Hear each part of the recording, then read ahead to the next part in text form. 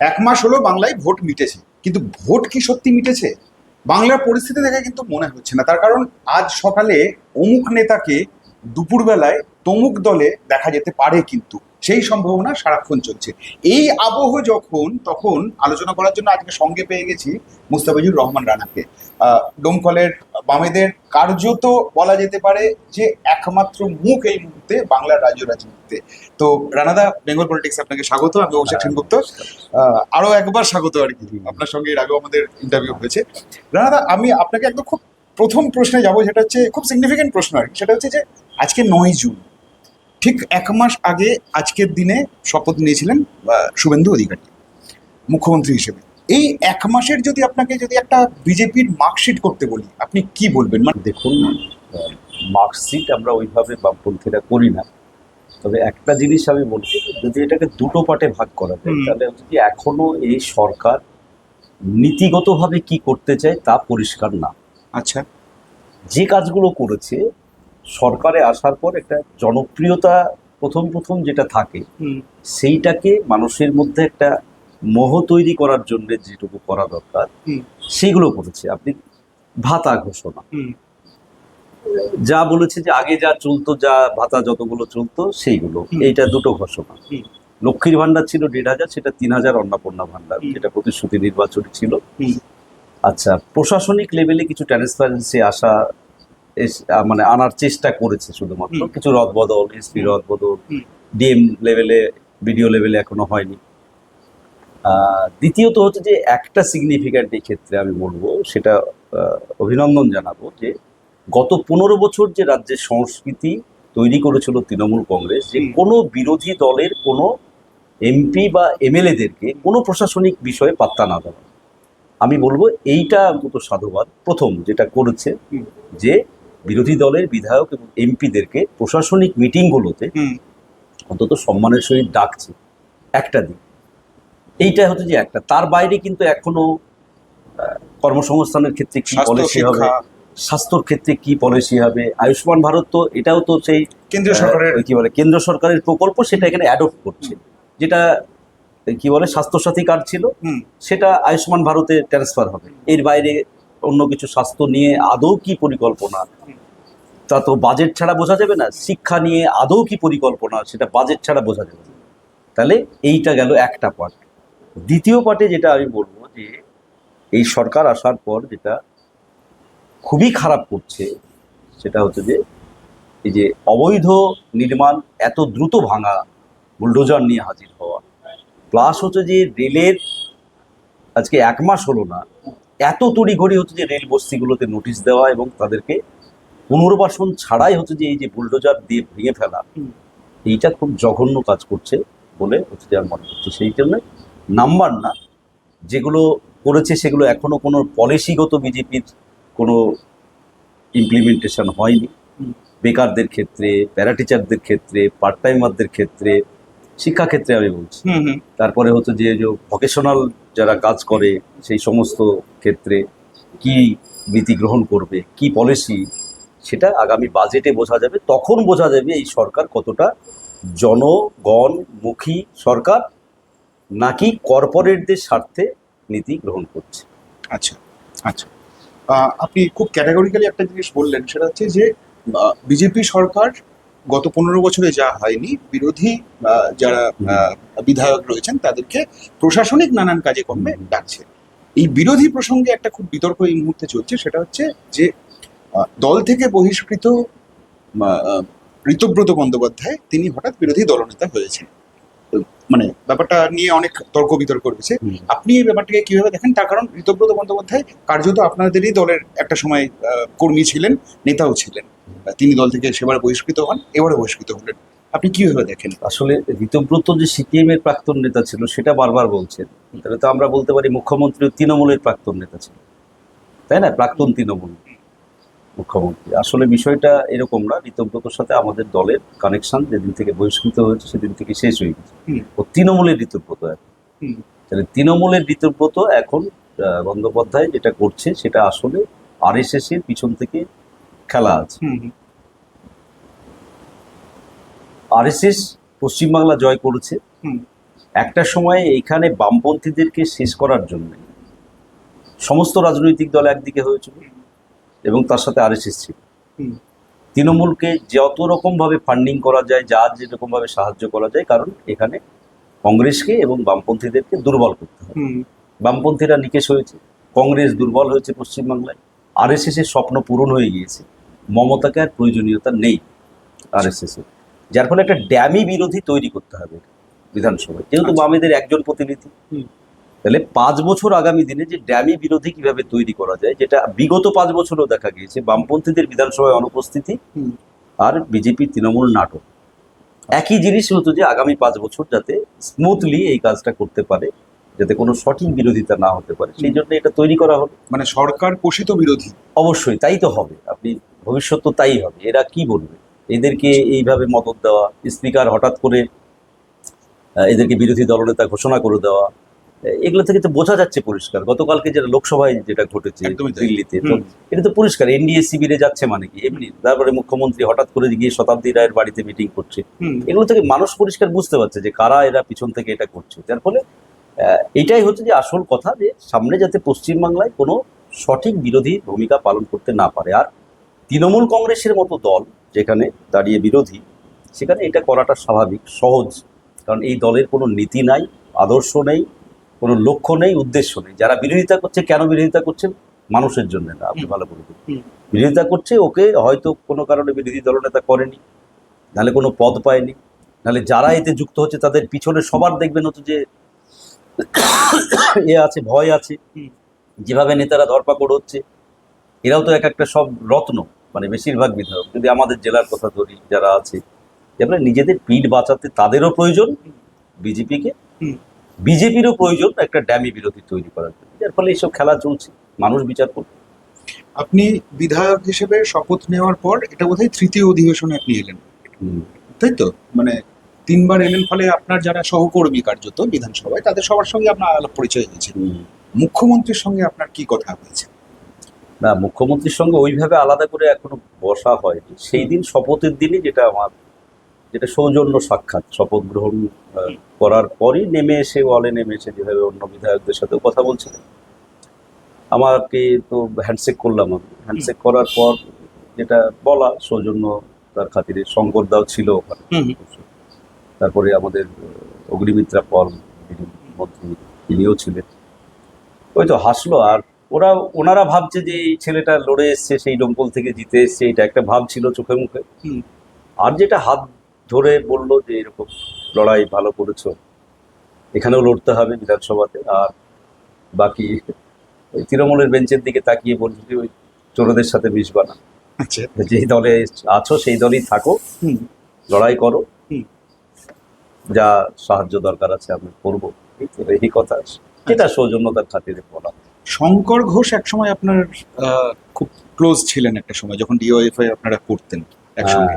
তো শঙ্কর বাবুর সঙ্গে আপনার আলাদা করে না, আমি যখন এসএফআই এর জেলা সেক্রেটারি, তখন শঙ্করদা শিলিগুড়িতে হচ্ছে যে ওই দার্জিলিং জেলার সেক্রেটারি। আচ্ছা আচ্ছা, খুবই ভালো ট্যালেন্টেড কমরেড আমাদের ছিল তখন, কমরেড। তো যার ফলে তারপরে তো নাকি বাঁ হাতে চেয়ার ট্যাটুটা রয়েছে, হতে পারে, আমি দেখিনি। এমনি খুবই শিক্ষিত, মার্জিত, খুবই ভদ্র, তখনও দেখেছি যা, এখনো যা দেখছি তাতে আচরণে কোনো খুব বেশি পরিবর্তন হয়নি। তো সেই হিসেবে তখন পরিচয় ছিল, লেদের সম্পর্ক ছিল। এখন তো উনি মন্ত্রী হয়েছে, যার ফলে সেটা নিশ্চিতভাবেই আমার যা কাজ বা আমার ক্ষেত্রের জন্য যদি প্রয়োজন হয় তার সাথে সাক্ষাৎ করতে হবে, দেখা করতে হবে, সেটা করবো। কিন্তু আদর্শগত তো এখন দুই মেরুর লোক আমরা, যেমন সেই লড়াই হবে, কিন্তু সৌজন্যতা কোথাও কমবে না। উনি যেভাবে বড় দাদা ছিলেন সেরকমই থাকবে, কিন্তু যে লড়াই আমাকে করতে হবে সেই লড়াই ওদের বিরুদ্ধে করতে হবে আমাদের। আজকে দিল্লিতে একটা প্রেস কনফারেন্স করেছেন কল্যাণ বন্দ্যোপাধ্যায়, এবং করে তিনি বলেছেন যে 28 জনের মধ্যে তো 20 জন চলে গেছেন ওদিকে, বাকি 8 জন যারা পড়ে রয়েছেন তাদের মধ্যে কজন থাকবেন আলটিমেটলি, এটা নিয়ে একটা সন্দেহ রয়েছে আর কি। মানে তারা সন্দিহান, এই কারণে তিনি বলেছেন যারা চলে গেছেন তাদের উদ্দেশ্যে বলেছেন যে বেঈমান, গাদ্দার, সুখের পাখি, ক্ষমতা ছাড়া থাকতে পারেন না। তো আপনার কাছে আমার প্রশ্ন হচ্ছে যে এই যে দলটা বিধানসভায় একরকম হলো, মানে রাজ্যে একরকম জিনিস দেখলাম আমরা, আবার জাতীয় ক্ষেত্রেও আমরা একই রকম জিনিস দেখতে পাচ্ছি, এটা কারণটা কি? আপনার অ্যানালিসিস কি বলছে? আচ্ছা, আমি প্রথম দিন আপনাদেরকে যে কথা বলেছি শপথ নিয়ে আসার পর, এই দলটা আগামী 1 মাসের মধ্যে দেখবে, ভালো করে মনে করে দেখবে যে আগামী 1 মাসের মধ্যে তৃণমূল নামক কোনো দলই থাকবে না। কারণ হচ্ছে যে এইটাই, কোনো একটা দলের পিছনে একটা আদর্শ থাকতে হয়, একটা নীতি থাকতে হয়, লক্ষ্য থাকতে হয়, উদ্দেশ্য থাকতে হয়। মমতা ব্যানার্জিকে কেন্দ্র করে এই দলটা, অভিষেককে কেন্দ্র করে একটা সিন্ডিকেট তৈরি হয়েছে গত 15 বছর, যেখানে বহু তৃণমূলের পুরনো লোক যারা, তারা এই 15 বছরে তাদের পুরো ব্যাক বেঞ্চে ফেলে দেওয়া হয়েছে। আমরা আমাদের এলাকাতেই দেখছি, গোটা রাজ্য জুড়ে হয়েছে। অভিষেক ব্যানার্জি এই দলের রাশ আইপ্যাককে দিয়ে যখন থেকে ধরেছে, তখনই এই দলটা টোটালটা একটা সিন্ডিকেট, টাকা তোলার সিন্ডিকেট। যে যত টাকা দিতে পারবে এখানে অভিষেক ব্যানার্জিকে, সে ওখানে নেতা হবে। বুথ সভাপতি হতে গেলে টাকা লাগে, অঞ্চল সভাপতি হতে গেলে টাকা লাগে, আপনার বিধায়ক হতে গেলে টাকা জমা দিন প্রার্থী হতে হবে, এমপি হতে গেলে টাকা লাগে। এই যে একটা ইকোসিস্টেম চালু করেছিল তৃণমূল, যেটা সিন্ডিকেট রাজ বলে, যে তুমি ওখানে করে খাও, আমাকে প্রার্থী হওয়ার সময় টাকা দাও, প্রার্থী হও, লুটেপুটে খাও, আর ভোটে আমাকে জিতিয়ে দাও দুষ্কৃতী। এইরকম একটা রাজনৈতিক দল ক্ষমতা থেকে চলে যাওয়ার পর টিকতে পারে না। এটাই রাজনীতির ইতিহাস বলে। রাজনীতির যারা ছাত্র বা রাজনীতি যারা বর্ষিয়ান লোক, তারা ভালোভাবেই জানে যে এই ধরনের রাজনৈতিক দল ক্ষমতা থেকে চলে গেলে কোনোদিনই টিকবে না, কারণ সমস্ত ব্যক্তি স্বার্থে এই দলটা চলেছে আগে। একটা সময় মমতার হয়তো লড়াইয়ের ঐতিহ্য ছিল, কিন্তু গত 15 বছর তো উনি এই সমস্ত যা রাজ্যের দুর্নীতি, চুরি, যা কিছু হয়েছে, সমস্ত কিছুর মেন কেন্দ্রবিন্দু তো হচ্ছে যে মমতা বন্দ্যোপাধ্যায় বা অভিষেক ব্যানার্জি।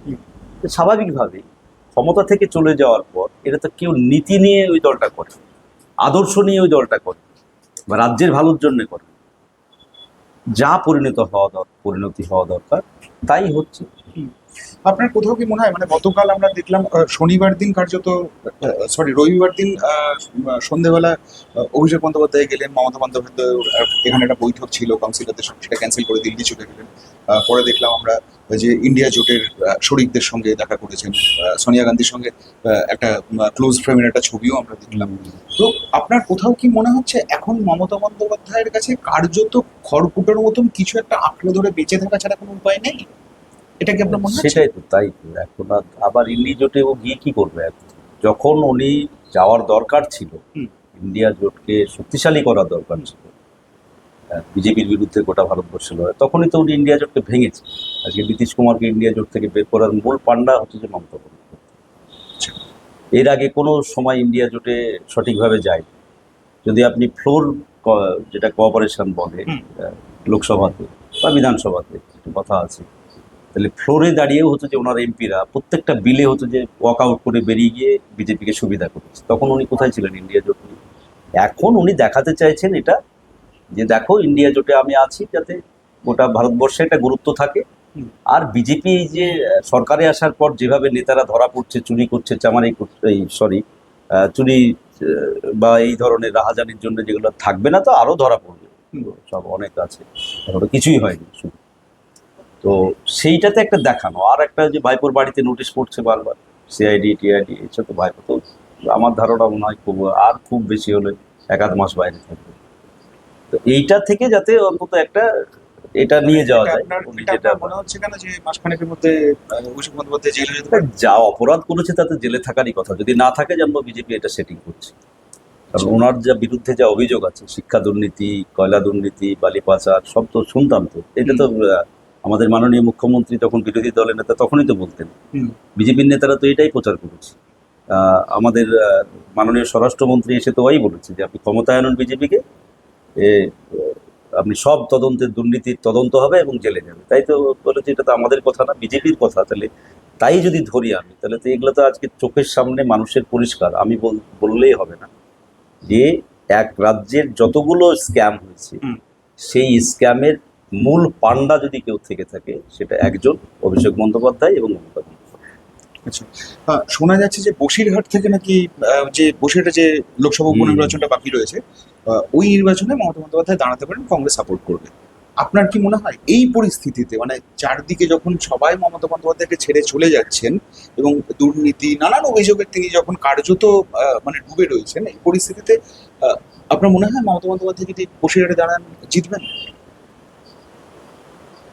আমি তো মানে এইভাবে ভবিষ্যৎবাণী করব না ঠিকই, তবে এই মুহূর্তে দাঁড়িয়ে মমতা বন্দ্যোপাধ্যায় যেখানেই দাঁড়ান জিতে আসা মুশকিল আছে। যেখানেই দাঁড়াক, কারণ ওনার 5 পয়সার ক্রেডিবিলিটিও নাই। আমি বলবো যে উনি বরং রাজনীতি থেকে অবসর নিয়ে নিলে সব থেকে সম্মান সম্মান থাকবে ওনার। কারণ ঠিক আছে, মানে আমি বলছি এই 15 বছরে যা উনি করেছেন, তাতে দাঁড়িয়ে ওনার যে বিগত দিনের যে ছিল, সে ভালো থাক মন্দ থাক, একটা জিনিস তো এটা ঠিকই যে বামপন্থীদের বিরুদ্ধে যে রেজিমেন্টেড লড়াই, পার্টির একটা এগেনস্টে যে লড়াই করা, সেটা তো করেছে সে। আমি নেগেটিভ মুভমেন্টই ধরলাম, সিঙ্গুর আন্দোলন, নন্দীগ্রাম আন্দোলন, এগুলো সবই নেগেটিভ মুভমেন্ট।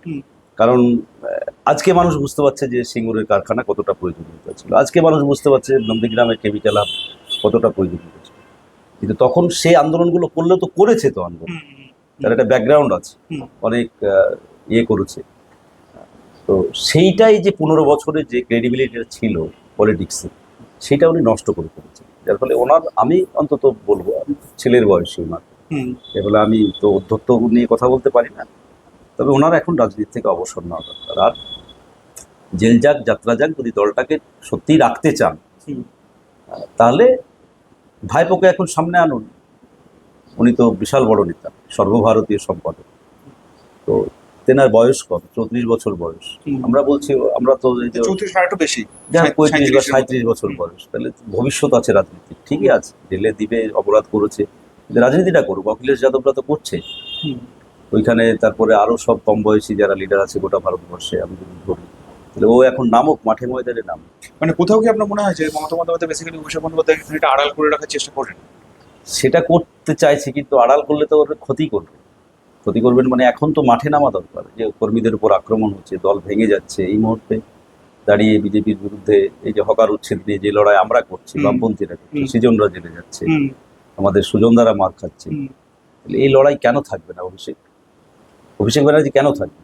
ও তুমি আলালের ঘরের দুলাল, শুধু কোটি কোটি টাকা কামাবা আর হচ্ছে যে র্যাম্পে হেঁটে রাজনীতি। এখন নামতে হবে মাঠে, এখন মাঠে নামতে হবে। এই যে হাজার হাজার কর্মী, 2 কোটির উপর লোক ভোট দিয়েছে, তারা হতাশা, তাদের পাশে দাঁড়াও। এলাকায় কর্মীরা এখনো অনেক মিউনিসিপ্যালিটি আছে, আছে, ঠিক আছে, বিজেপি তার প্রতিশোধ নিবে, প্রতিহিংসা তৈরি করবে, কিন্তু দাঁড়াতে তো হবে। এর আগে বহুবার মমতা ব্যানার্জি হেরেও তো দাঁড়িয়েছিল। 34 বছর ধরে তো হচ্ছে যে সেই বিরোধিতা করেছে মমতা। এখন অভিষেক মাঠে নামুক। আর মমতা বন্দ্যোপাধ্যায়কে বলবো যে আপনি একটু অবসর নেন, বাইরে থেকে পরামর্শ দিন। আচ্ছা, রানাদা, গতকাল যাদবপুর অঞ্চলে হকার উচ্ছেদের বিরুদ্ধে রুখতে গিয়ে সৃজন ভট্টাচার্য সহ আরো 5 জন গ্রেপ্তার হয়েছেন। সুজনদা তো ওখানে প্রহিত হয়েছেন, আপনি নিজে বললেন। এই যে ধরুন, যখন আগ্রাসন একটা উল্টো দিক থেকে তৈরি হচ্ছে, যখন তখন আপনারা দাঁড়িয়ে সেটা মোকাবিলা করছেন, এটাই কি বামেদের কার্যত পুনরুত্থানের একটা নতুন ছবি? দেখুন, আমি সেদিনও বলেছি, আজকেও বলছি, যে এই যে তৃণমূল কংগ্রেস যা করছে 80টা এমএলএ নিয়ে, তারপরে এতগুলো এমপি, রাজ্যসভার সদস্য মিলিয়ে, তো প্রকৃতপক্ষে বিরোধী দল হিসাবে ওরা ভূমিকা পালন করতে পারবে না, করবেও না। কিন্তু বিজেপি যে সব সরকার ভালো করবে সেটাও করবে না। তাহলে মধ্যবিত্ত মানুষ, গরিব মানুষ, বা হচ্ছে যে যারা এই ধরনের মানুষের উপর আক্রমণ বিজেপি নামিয়ে আনবে। কারণ বিজেপি একটা প্রো কর্পোরেট দল, কর্পোরেটদের স্বার্থে তাদেরকে নীতি গ্রহণ করতেই হবে। যে হাজার হাজার কোটি টাকা যারা ইলেকট্রাল বন্ডে টাকা দিচ্ছে, এর এলাকার উচ্ছেদ কেন, এত তড়িঘড়ি কেন? কারণ বোঝাই যাচ্ছে যে আগেই প্রিপারেশন ছিল, প্রিপারেশনটা আগেই ছিল। আচ্ছা, শুধুমাত্র অপেক্ষা করছিল রেজাল্টটা কবে বের হবে, বিজেপি এখানে সরকার আসবে। কারণ এটা তো টোটাল আদানিদের পরিকল্পনা, যে আমাদের দেশের রেলের বড় একটা অংশ ওরা চাই, পরিকাঠামো। তাহলে পরিকাঠামো মানে এখন স্টেশনগুলোতে ওরা ব্যবসা করতে চাইছে। সেই জন্য হকারটাকে উচ্ছেদ করে দিয়ে, স্টেশন পরিষ্কার করে দিয়ে, ওখানে একটা ভালো কর্পোরেট স্টাইলে হচ্ছে যে শপিং মল হবে, যেখানে আপনি হকারদের কাছে যে জিনিস খান সেই জিনিসই প্যাকেজিংয়ে ওখানে কিনতে হবে, কিনে খেতে হবে। ঠিক আছে, এটা আসবে। আমরা বামপন্থী হয়ে চিৎকার করেও এটা যুগে মানে যতই আমরা বিরোধিতা করি, এটা আসবে পাশাপাশি, যেহেতু কেন্দ্রীয় সরকারের এটা এখন পলিসি। তাহলে আমার কথা হচ্ছে যে সেটা হচ্ছে যে এই হকারগুলো, ঠিক আছে, যেটা আমি দেখলাম দলবদল করা সজল ঘোষ যেটা বলতে চেয়েছে বিধায়ক এতে কার যে আলিমুদ্দিন নিয়ে গিয়ে বসা বা হকার এত আসলো কেন? আরে হকার আসলো পশ্চিমবাংলার এটা সমস্যা একা? শতরূপ ঘোষকে হকারি করতে হবে না বলছি তো, এই কথাগুলো বলছে, এসব নোংরা কথা। ঠিক আছে, কদিন যাক। তো তৃণমূল এই ধরনের কথা বলতো, এখন আর নেতারা পালিয়ে পার পাচ্ছে না। তো সজলবাবুকে আমি পরামর্শ দেবো যে কথাগুলো একটু মার্জিতভাবে বলে। আমাদের প্রশ্নটা কি, যে আপনি হকার উচ্ছেদ করুন বা হচ্ছে যে করুন, স্টেশন পরিষ্কার করুন, কিন্তু আমার তো ওগুলো দেশের মানুষ যে কথা বলে, ওরা তো সবাই মুসলমান না। মুসলমান হলে না হয় জানতাম যে ওদের যা বক্তব্য যে সব বাংলাদেশ থেকে আসা লোক এসে এখানে বসে আছে, তাই বলি। তাহলে হিন্দু সম্প্রদায়ের মানুষ আছে, বিজেপি বলে আমরা তাদের পার্টি, তাই তো? বিজেপি স্লোগান হচ্ছে বিজেপি হিন্দুদের পার্টি। তাহলে বলেন যাদবপুরের যারা হচ্ছে যে ওখানে স্টল করে বসে আছে তার মধ্যে কটা হিন্দু আর কটা মুসলমান? আমরা যেটা বারবার বলি বিজেপি হিন্দুদের পার্টি না। তাহলে আজকে প্রমাণ হচ্ছে এটা। আমার কথা হচ্ছে যে বিজেপির এমএলএ যাদবপুরে যিনি জিতেছেন তিনি গিয়ে হচ্ছে যে বলে আসছেন রাত্রিবেলাতে আমার ডিএরামের সাথে কথা হয়ে গেছে, আর কেউ উচ্ছেদ করবে না। আবার পরের দিন রাত্রিবেলাতে গিয়ে বুলডোজার নিয়ে হাজির হচ্ছে। আমার কথা হচ্ছে যে এদেরকে একটু পুনর্বাসনের ব্যবস্থা করতে হবে। তো তারা তো আমার দেশেরই লোক, আমার দেশের ভাই, আমার রাজ্যের হচ্ছে যে আজকে কর্মসংস্থান প্রতিদিন সংকুচিত হচ্ছে, এটা আর সজলবাবুকে বোঝাতে হবে নাকি? ও টিভিতে দাঁড়িয়ে ভাষণবাজি করছে, তাহলে সেইখানে দাঁড়িয়ে হচ্ছে যে আজকে তাদের পুনর্বাসনটা দিয়ে সময় দেওয়া হোক। আমার কথা হচ্ছে তাই। বস্তি আপনি উচ্ছেদ করবেন যদি অবৈধভাবে থাকে, ঠিক আছে, আপনারা আপনাদের পলিসি নেবেন। আমরা বামফ্রন্ট, আমরা বামফ্রন্টের পলিসি নিব যে আমরা বস্তিবাসীর পক্ষে, আমরা হকারের পক্ষে, আমরা হকার বসাবো, আমরা বস্তি বসাবো। এটা আমরা চিৎকার করে বলছি, জোর করে বলছি। সে আপনি যত বুলডোজার নিয়ে আসতে পারেন নিয়ে আসবেন, এটাই আমাদের নীতি, এটাই আমাদের পলিসি। কিন্তু আপনি উচ্ছেদ করবেন, তাহলে তাদের পুনর্বাসনটা দিবে কি? সেটা তো সরকারের দায়িত্ব। এটা তো আমার নাগরিক। কোন মানুষটা হকারি করে? আমি 2-4টে উদাহরণ উনি দিচ্ছিলেন। ডালহৌসিতে কে বলে পরোটা বিক্রি করে কোটিপতি, শিয়ালদাতে কে বলে পরোটা। এগুলো হচ্ছে যে আসলে ওই যেটা বললাম আপনি, টোটালটা আদানিদের কাছে বুক আছে। স্টেশনগুলো এখন দিবে, দেখ ওরা ভালো করুক।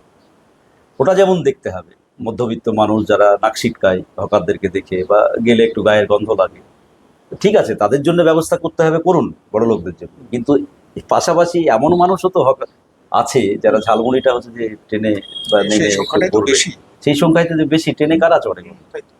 আর যারা চড়ে কিছু এসিতে চড়ে যারা লোক, তারা তাদের জন্য তো আলাদা ব্যবস্থা আছে, তারা তো প্যাকেট খাবার নিয়েই উঠে, এবং ট্রেনেও এখন ব্যবস্থা আছে। বক্তব্যটা আমাদের পরিষ্কার যে আপনি করুন আধুনিকীকরণ, কিন্তু তার সাথে সাথে রেলের কি শুধু হকারই সমস্যা? আজকে বলতে হবে 2014 সালের পর থেকে রেলের পরিকাঠামোগত ক্ষেত্রে বিজেপি কি কি উন্নয়ন করেছে। দুটো বন্দে ভারত এক্সপ্রেস চালু করাটাই রেলের পরিকাঠামোগত উন্নয়ন। রেল যাত্রীদের পরিষেবার ক্ষেত্রে কি কি সিদ্ধান্ত গ্রহণ করেছে আমাকে দেখাতে হবে, সজলবাবুকে টিভিতে এসে দেখাতে হবে, লেকচারবাজি না করে। তাহলে এগুলোর ক্ষেত্রে কোনো নেই। নতুন রেল লাইন কত কিলোমিটার করেছে দেখাতে হবে বিজেপি। তাহলে এগুলোর দিকে নজর নেই, এখন শুধু স্টেশনে হকারটাই বড় সমস্যা হয়ে গেছে। আমাদের বক্তব্যটা পরিষ্কার, এই জায়গাতে দাঁড়িয়ে আমি বলবো যে আপনি করুন, ভালো পরিষ্কার করুন, দেখা যাক না। সবে তো 1 মাস হয়েছে, কত কর্মসংস্থান সৃষ্টি করতে পারছেন আমরাও দেখব। কতজনকে হচ্ছে যে চাকরি দিচ্ছেন, কতজনকে হচ্ছে যে আপনি করছেন, আমরা দেখবো। Wait and C. 15 বছর ধরে দেখলাম। তো আমরা বলছি যে পুনর্বাসন দিন, দিয়ে আপনি সবকিছু করুন। রানাদা, 1 মাস কেটেছে আপনি বিধায়ক হয়েছেন, 1 মাসের বেশিই হলো বিধায়ক হয়েছেন। আপনি এই মুহূর্তে ডোমকলের কি কি কাজ আপনি ফোকাস করেছেন, যেগুলোকে আপনি মানে আশু কাজ বলে ধরছেন আর কি, ইমিডিয়েট করা উচিত বলে মনে হচ্ছে? দেখুন, আমাদের ডোমকলে তো গ্রামীণ এবং শহর দুটো এলাকা আছে। পৌরসভাটাও হচ্ছে যে প্রায় গ্রামীণ এলাকায় পৌরসভা, এখনো 21টা ওয়ার্ড, বেশিরভাগটাই গ্রাম্য এলাকায় এখনো আছে। তো সেইখানকার কিছু পরিকাঠামোগত কাজ আছে যেটা গত 15 বছর ধরে ডোমকলে হয়। এটাকে প্রায়োরিটি দিতে হবে, বিশেষ করে ড্রেনেজ ব্যবস্থা শহরে, পৌরসভাতে। তারপরে অনেক কনজাস্টেড এলাকা আছে যেগুলোকে ফুটপাত দখল করে বসে আছে, সেগুলোকে অন্তত ভবিষ্যতের জন্য পরিষ্কার করা দরকার। আমাদের ওখানে কিছু এইরকম সমস্যা আছে। শহরের উপরে দাঁড়িয়ে রবীন্দ্র নজরুল ভবনটা আমি অলরেডি ডিএম এর সঙ্গে এডিএম ডেভেলপমেন্টের সঙ্গে মিটিং করছি কত দ্রুত চালু করা যায়, যেটা আমাদের সময় আনিসুদ্ধা করেছিলেন। এইরকম কিছু প্রায়োরিটি বেস কাজ আছে শহর এলাকায়, আর গ্রামীণ এলাকায় কিছু রাস্তাঘাট খুবই খারাপ অবস্থায় রয়েছে, সেগুলোকে দ্রুত সারাতে হবে, তা নাহলে খুবই সমস্যা। আর পর্যায়ক্রমে যেগুলো যা যা আসবে সেরকম ভাবে দেখতে হবে। এখন তো মানুষের চাহিদার কোনো মানে গ্রাফ নিচে থাকে না, চাহিদার গ্রাফ সবসময় ঊর্ধ্বমুখী, একটা সমাপ্ত হলে আর একটা চাহিদা তৈরি হয়। তো এরকম ভাবে কিছু প্রায়োরিটি বেস আছে, আনিসুদ্ধারও সেটা পরিকল্পনা ছিল, সেগুলোকেই আমি চেষ্টা করব যে দপ্তরে দপ্তরে গিয়ে ঘুরে। আপনি একমাত্র বিধায়ক বামেদের, আপনার কি মনে হয় যে এই যে চাহিদার গ্রাফ যা ক্রমশ ঊর্ধ্বমুখী, সেটা আপনার পক্ষে ম্যানেজ করা সম্ভব হবে? আমি এই কারণে বলছি, কারণ সরকারের তো ঠিক। সহযোগিতা ছাড়া আপনি করতে পারবেন না, তো সেটা মনে হয় না, সেটা তো টাফ। হুম। আমি তো বলছি যে এটা চ্যালেঞ্জ। হুম। সময় দাঁড়িয়ে আমি একজন বিধায়ক, সরকার কি করবে পলিসি এখনো তো ঠিক হয়নি যেটা। তো যার ফলে তবে চেষ্টা করে যাবো আমি মনে করি মানুষ চেষ্টা করলে সব পারে। আর আমি তো শত্রুতা করতে যাচ্ছি না, ডোমকল তো আর বিজেপি সরকারের বাইরের এলাকা না। ডোমকলে যদি প্রয়োজন হয় সে বিজেপির নেতারাই গিয়ে উদ্বোধন করবে, আমার তাতে কোনো অসুবিধা নেই। হয়তো রবীন্দ্র ভবন করলো, করে গিয়ে মুখ্যমন্ত্রী গিয়ে উদ্বোধন করুন, ওখানে যে মন্ত্রী আছে গৌরীশঙ্কর ঘোষ, আমাকে না নিলেও আমার তাতে কোনো সংকীর্ণ, কিন্তু উন্নয়নটা হোক, কিন্তু উন্নয়নটা আমাকে বাদ দিয়েই হোক, কিন্তু করুক। আমি যে দাবিগুলো দিব ওনারা গিয়ে উদ্বোধন করে আসুক, ওনারা গিয়ে পরিচর্যা করুক, কিন্তু ডোমকলের মানুষের কাজটা যাতে। একটা উপনির্বাচন সামনে রয়েছে, রেজিনগরের উপনির্বাচন, সেখানে মানে মুর্শিদাবাদে আপনি জিতেছেন, ফলে একটা প্রত্যাশার জায়গা তৈরি হয়েছে। জলঙ্গিতেও প্রায় জেতার মতন জায়গা তৈরি হয়েছিল বামেদের। তো সেই জায়গা থেকে আমি আপনাকে জিজ্ঞেস করছি, রেজিনগরের উপনির্বাচনে কতটা সম্ভাবনা বামেদের রয়েছে, বা কতটা না ফাইট হবে, আমরা ফাইট দিব ভালোই। এবং সংগঠনটা কিরকম জায়গায় দাঁড়িয়ে? হ্যাঁ, ভালো আছে, এবং আমরা অলরেডি নেমে গিয়েছি আচ্ছা, পরিকল্পনা করে, এবং রাজ্য থেকেও কিছু পরামর্শ দেওয়া হয়েছে, সেই অনুযায়ী আমরা কাজ শুরু করেছি। এটুকু বলতে পারি যে বিজয়নগর একটা সময় আমাদের ভোট ব্যাংক খারাপ ছিল না, ভালো ছিল, মাঝে সাংগঠনিক অনেক দুর্বলতা হয়েছে, আর এগুলো আবার এই জিবি পার্টি ফাটি হানা টানা এসব হওয়াতে। তবে এবার মানুষের একটা মোহভঙ্গ হয়েছে বিভিন্নভাবে, ফাইট দেওয়া যাবে, ওখানে কংগ্রেসও আছে, এর ফলে সবটা মিলিয়ে আমার কাছে একটা ভালো লড়াই হবে, এবং হয়তো জেতার সম্ভাবনাও আমাদের তৈরি হয়ে যেতে পারে পরিস্থিতি যেদিকে গড়াচ্ছে। তো দেখা যাক যা হবে। থ্যাংক ইউ, আপনাকে